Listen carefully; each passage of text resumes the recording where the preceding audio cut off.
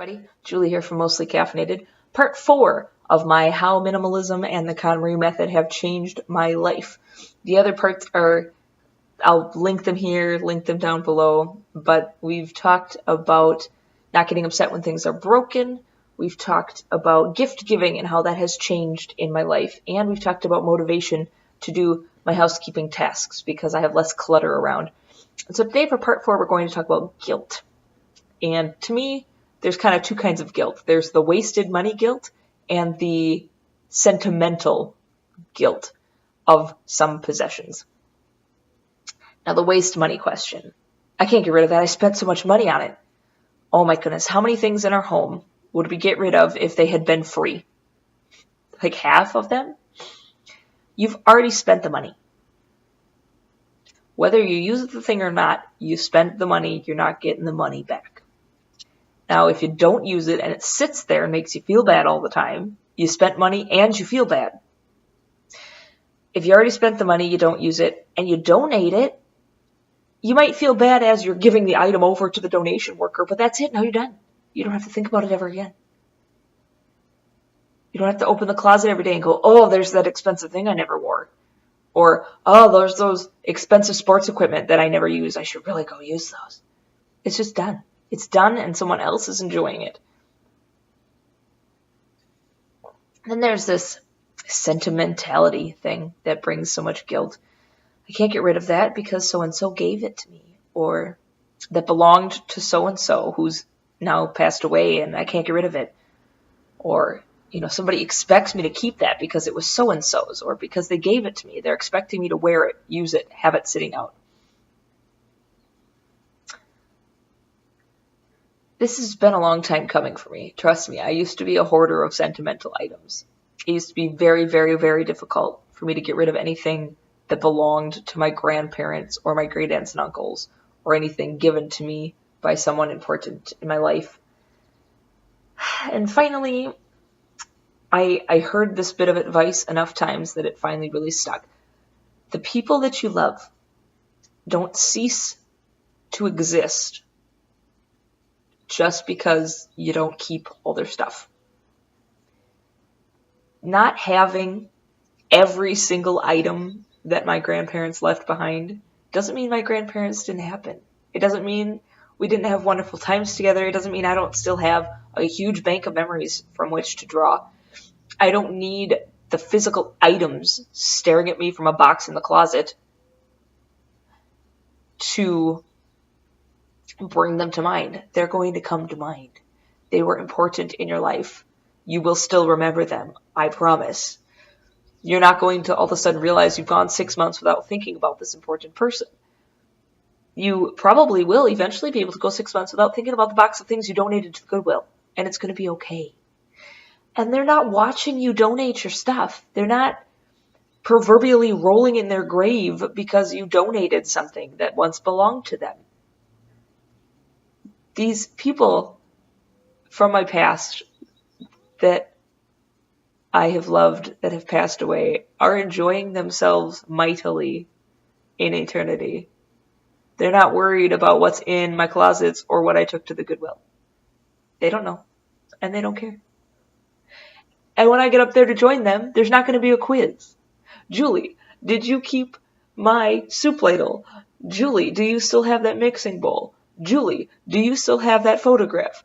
Julie, do you still have those fake flowers that I gave you that one time? Julie, you didn't get rid of any of that jewelry that used to belong to me, did you? There's not going to be a quiz. It's going to be all right. And while I'm here, I would much rather have my memories untainted by guilt. So I've kept things that are either so important or things that are actually useful and I like. So I still have, some teacups up here from some relatives and friends, and I use those, so they stayed.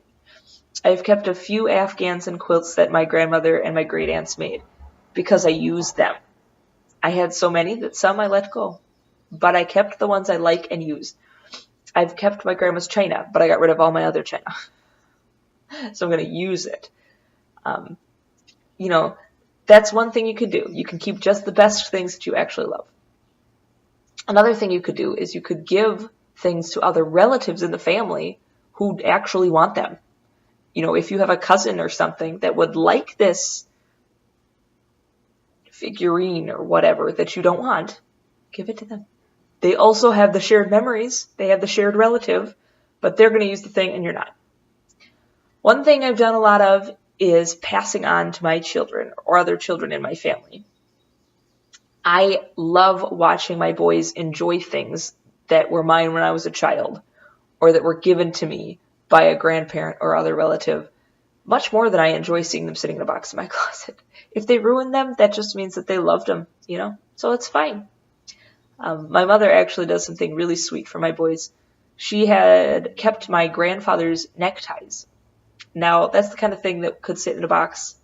You'd look at it, remember your grandfather, who you would have remembered anyway, and then feel bad that these are sitting in your closet not getting used.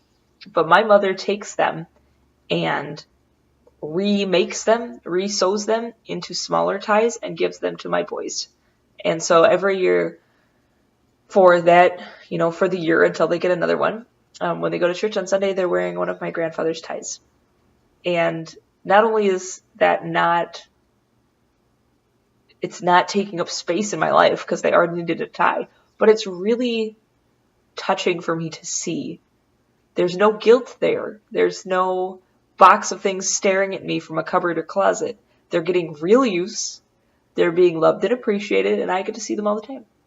So think about reusing them differently, giving them to a relative, letting children play with them and have them to keep, or just donating them and realizing that does not change your relationship or your memories with that person. So you already spent the money. The person hasn't ceased to exist. You can get rid of the things that you're not loving and using. It is okay. If you needed somebody to straight up tell you, you have my permission to get rid of those things. You don't need to keep everything that has ever come into your home. Okay? Things like love and reminiscence and memories, they're intangible. They're not connected to the things. Okay? They're all inside. You still get those. Just hang on to those feelings instead of hanging on to the objects, which have an extra bad feeling of guilt attached to them. Oh, and briefly, one more thing. The one area that I keep a lot of heirlooms that brings me no guilt and no mess and no clutter is Christmas ornaments. They're perfect. They're really just to look at. They come out during a time when you have a lot of memories and reminiscing and family time and old traditions. And then they get packed away, and that's normal to do. They're packed away because that's their job for 10 months out of the year, is to be packed away, waiting for the holidays. So there's no like staring at them guilt feelings. I love that. So there you go. Hopefully that was helpful to you. You can release a little bit of guilt, have some ideas of what to do with your things if they're really special to you, but they're not working in your house. Just breathe in, breathe out. You already spent the money. Your loved ones don't stop existing because you got rid of their extra stuff. Only keep what you actually use and like. Okay? Leave me a comment down below if you want to talk about any of that with me. Or if you have any video requests, like always. You can subscribe if you'd like to make sure you see all my videos. Click the like button if you particularly like this one, and we'll see you around. Thanks.